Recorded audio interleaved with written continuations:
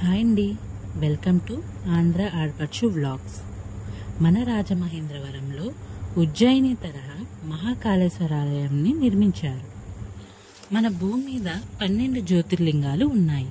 వాటినే మనం ద్వాదశ జ్యోతిర్లింగాలు అని అంటాము. ద్వాదశ జ్యోతిర్లింగాల్లో 3వ జ్యోతిర్లింగమే ఉజ్జయిని మహాకాళేశ్వర ఆలయం.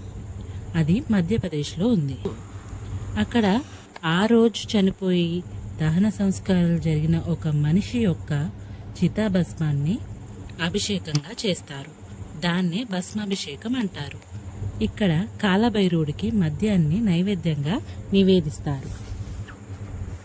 అలాగే మన రాజమహేంద్రవరంలో ఉజ్జయిని తరహా మహాకాళేశ్వరాన్ని నిర్మించారు. ఇది 75 అడుగుల గోపురాన్ని 4 దిక్కులా నిర్మించారు. 4 మహామండపాలతో, 4 ధ్వజస్తంభాలతో, 4 వైపులా నందులతో కొలువై ఉన్నాడు ఆ పరమేశ్వరుడు.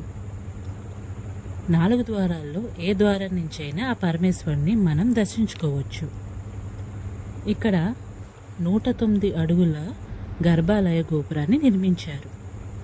చుట్టూ 64 ఉప ఆలయాలు నిర్మించారు.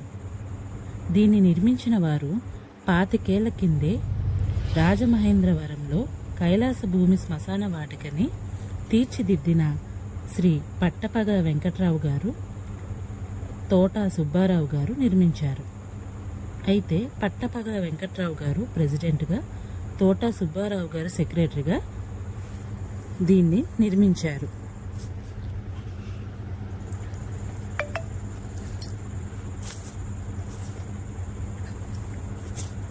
ఉజ్జయిని మహాకాళేశ్వరుడికి స్థల పురాణం ఉంది. పూర్వం రాజచంద్రసేనుడు ఉజ్జయిన్ని పరిపాలించేవాడు. చంద్రసేనుడు ఒక శివభక్తుడు.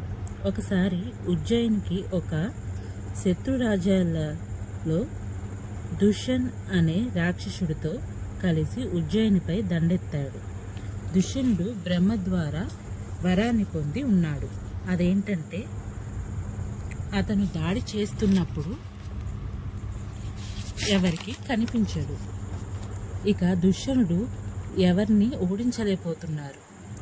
సైనికులందరూ దుష్యను చేతిలో చనిపోతున్నారు. చంద్రసేనుడు కూడా గెలవలేకపోతున్నాడు. చివరికి చంద్రసేనుడు ప్రజలందరూ కలిసి శివుణ్ణి ప్రార్థించగా ఆ పరమేశ్వరుడు మహాకాళేశ్వరుని రూపంలో వచ్చి దుష్యనుణ్ణి సంహరించాడు. అతని బూడిదను వంటిపై పూసుకున్నాడు.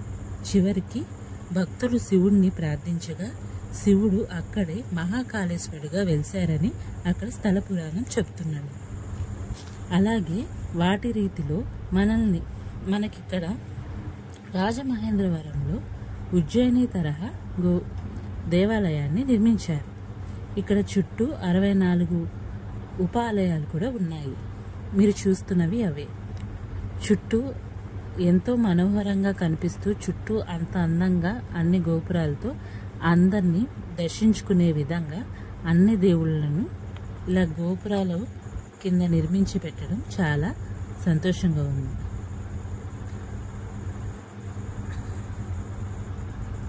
మీరు కూడా రాజమహేంద్రవరం వచ్చినప్పుడు తప్పకుండా ఈ ఆలయాన్ని దర్శించుకోండి. ఇది చూడ్డానికి ఎంతో మనోహరంగా, అందంగా ఉన్నాయి.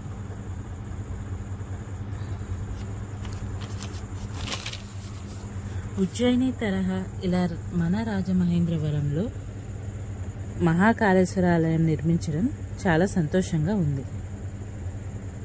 మీకు ఈ వీడియో నచ్చినట్టయితే లైక్ చేసి, షేర్ చేసి, సబ్స్క్రైబ్ చేసుకోండి. అలాగే మీకు ఇంకేమైనా ఇన్ఫర్మేషన్ కావాల్సి ఉంటే కామెంట్స్లో తెలియజేయండి. నేను పూర్తిగా వివరాలు ఇచ్చేటట్టు ప్రయత్నిస్తాను. Thank you. రాజమహేంద్రవరంలో ఉన్న మహాకాళేశ్వర ఆలయంలో ప్రతిరోజు తెల్లవారుజామున 4 కాడి నుంచి భస్మాభిషేకం చేస్తారు. ఇక్కడ మగవారికి భస్మాభిషేకం చేసే అవకాశం ఉంటుంది. మీరెవరైనా భస్మాభిషేకం చేయించుకోవాలంటే తెల్లవారుజామున 4 కల్లా మీరు ఆలయానికి వస్తే మీతో భస్మాభిషేకం చేయిస్తారు.